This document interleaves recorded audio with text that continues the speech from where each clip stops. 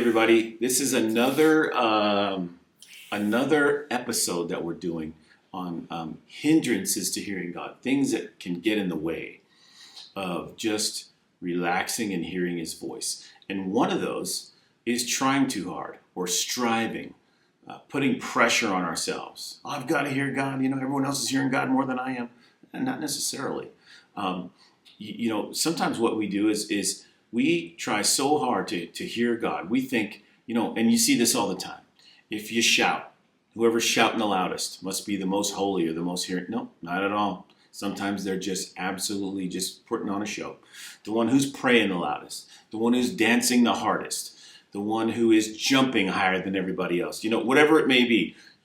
People pumping themselves up to get themselves to hear God. But here's something interesting. Hebrews 4 says this: what we labor for is we labor for His rest. How about that? The laboring that we do is always about a surrender. It's always about resting in who He is, which means your shouting isn't making your voice any louder to God. He doesn't need a shout to hear you. He can hear every thought. No matter how silent it is, it's ringing loud and clear where He's at. He doesn't need a loud voice to get His attention.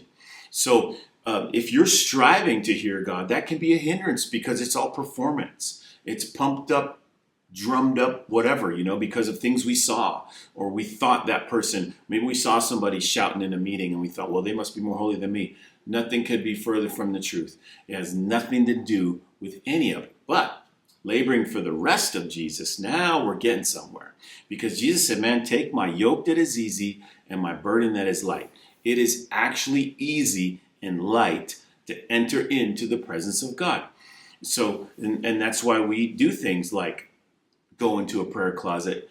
Maybe you kneel down over the couch, or maybe you lay on the couch, or maybe you sit down. But we get in these places of relaxing in His presence to hear His voice. And the reason why we do that is because we're resting. We're resting in a place of hearing God, which is really great. That's where you really hear God, in rest.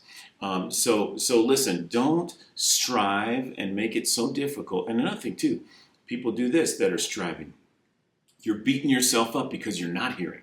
Well, that has nothing to do with it either. God's going to speak to you when He feels good and ready to speak. All He wants you to do is just relax, enjoy His presence, enjoy who He is, enjoy the life He's given you, and wait for Him to begin to speak. So don't beat yourself up over the fact that someone else is hearing and you're not.